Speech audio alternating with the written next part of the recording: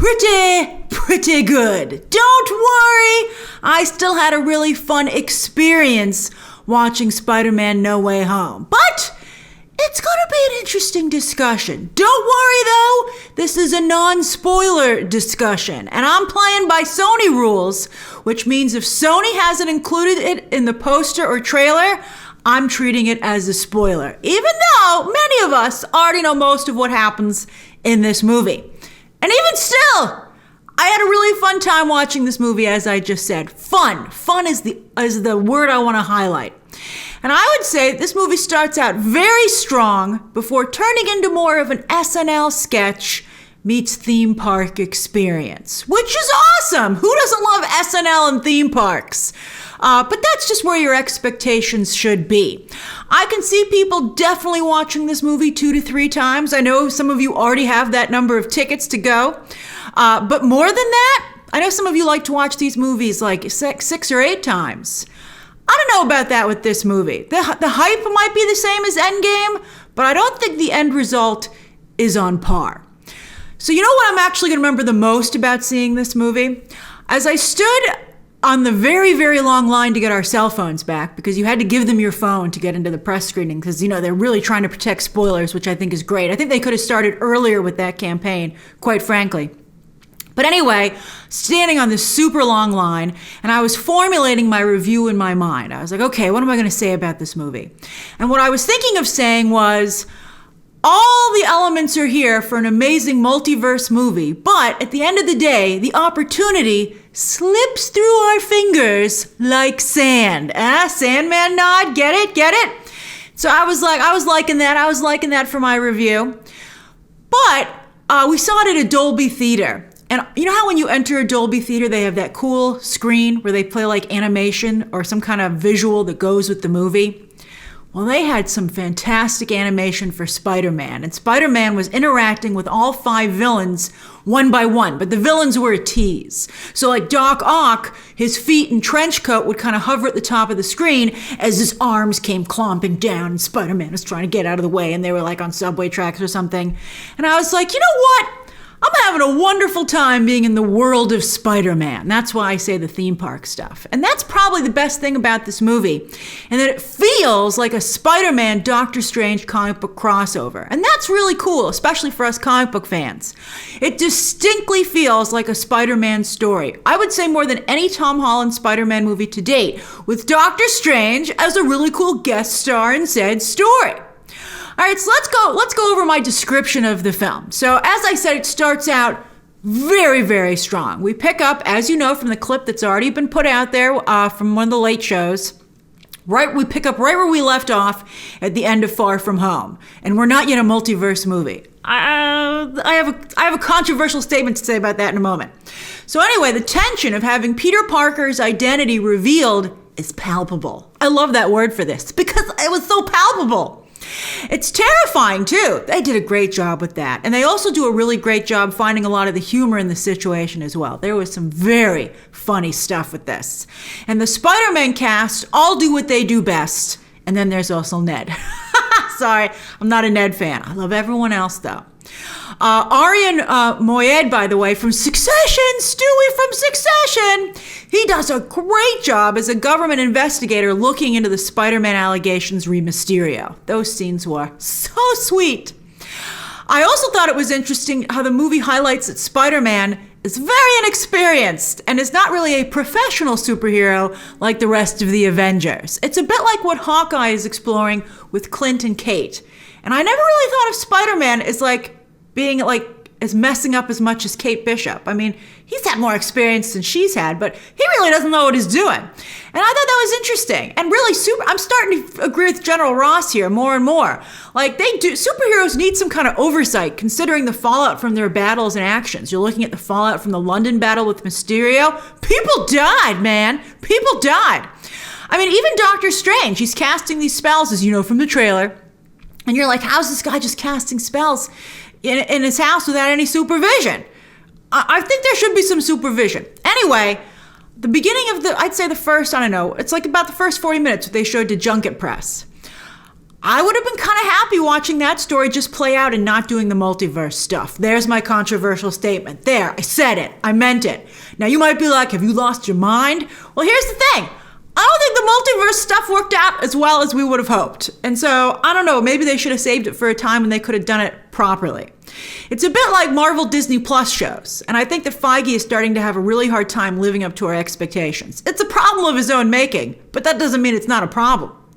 After a thrilling bridge fight scene between Tom Holland and Alfred Molina, which of course was teased in the trailers, that was good. That was good stuff. At that point, I was like, we're cooking with gas for this multiverse stuff. But you know what? We don't get a lot of action in this movie, which was really weird. I mean, the apartment building fight, I would say that was my second favorite because it's probably pretty much the only other action sequence, and we'll talk about that in detail in the spoiler review. But overall, again, I was surprised at the lack of action here. I mean, not a lot of set pieces in that regard. But you know what we have instead? We have a lot of talking. Too much talking. I think the writers were like, we have all these multiverse characters. How can they not compare notes? And I'll be honest, that was funny too. I mean, I like that. But it seemed more meta. At points, it was a bit too meta. I was like, whoa, this is very meta. I think it was almost like the movie was like, what conversations would the fans want them to have instead of what conversations would these characters actually have? Do you see what I'm saying? You'll see when you see the movie. And you don't have time for them to have all these jokey conversations and have a lot of action scenes as well. So they picked the conversations. And yes, there are a lot of characters. And because of that, even in a 2.5 hour movie, I felt like I got a lot of movie. But still, again, the multiverse opportunity slips through our fingers like sand. I like it, it's poetic. But anyway, you just don't have enough time to really develop any of these characters or give anyone some significant character arcs. But I will say, Tom Holland and Zendaya fans, they do get the most attention. And they have some really wonderful scenes together as a team. And I love that's the direction that Marvel is taking its couples in. I love them so much. I really love them. They're great.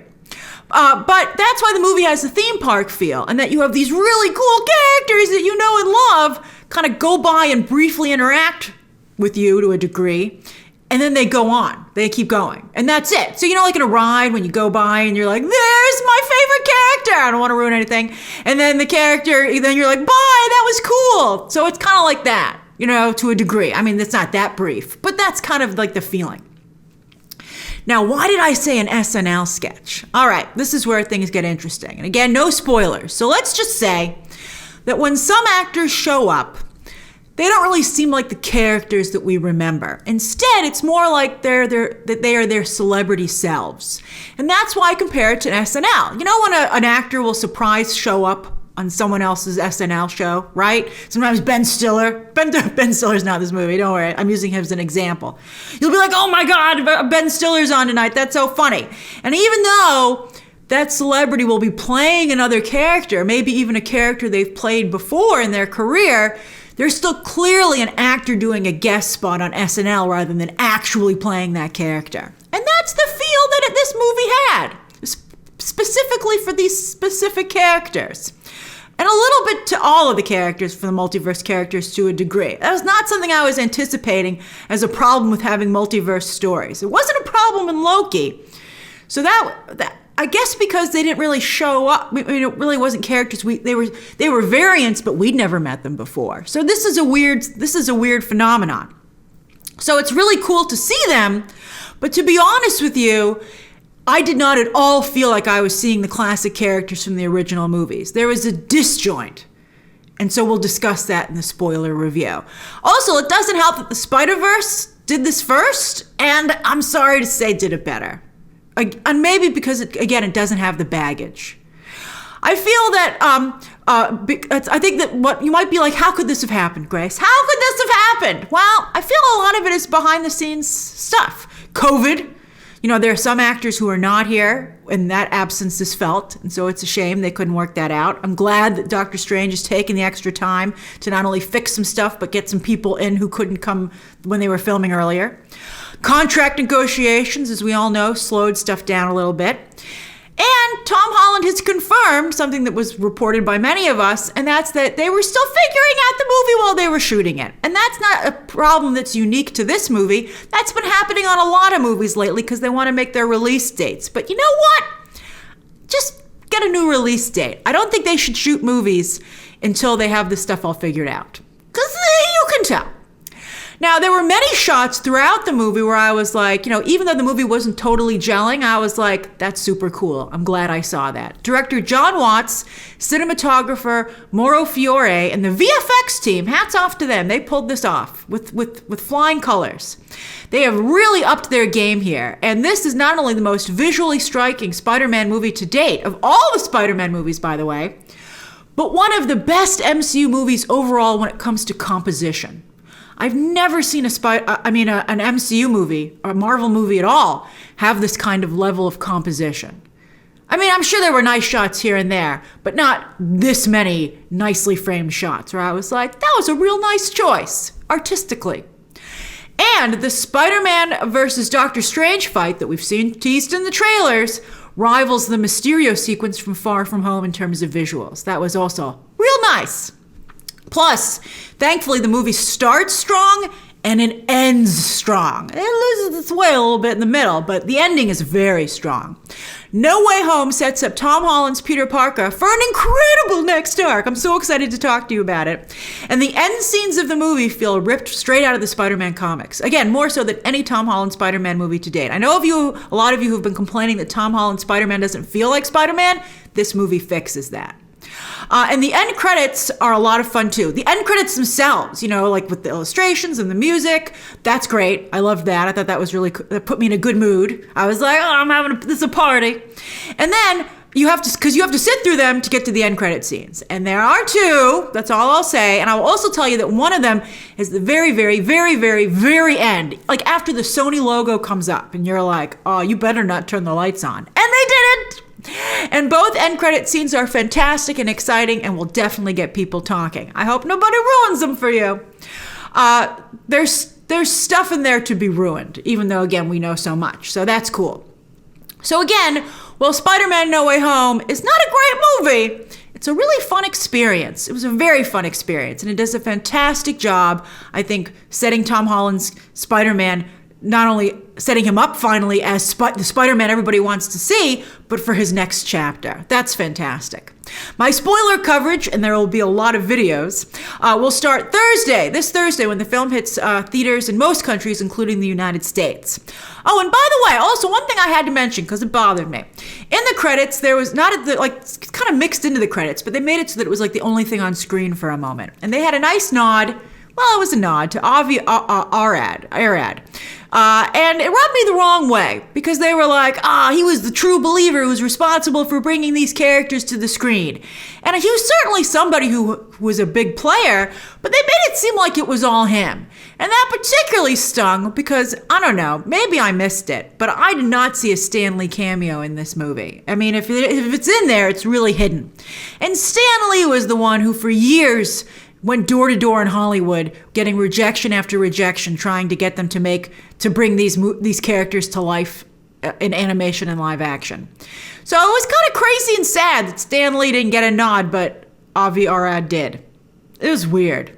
But anyway, go enjoy Spider-Man No Way Home. You'll have fun and try to avoid spoilers as much as you can because I think it does make a difference. I mean, I think it's nice to have a couple like, oh, that was nice. You wanted to have that. And try to see it on a Dolby. And if you don't see it on a Dolby, at least sneak a peek at that animation on the entrance screen because that was really cool. That was really nice. All right, share your thoughts down below, subscribe today, and of course, as always, you can check out some more videos right now.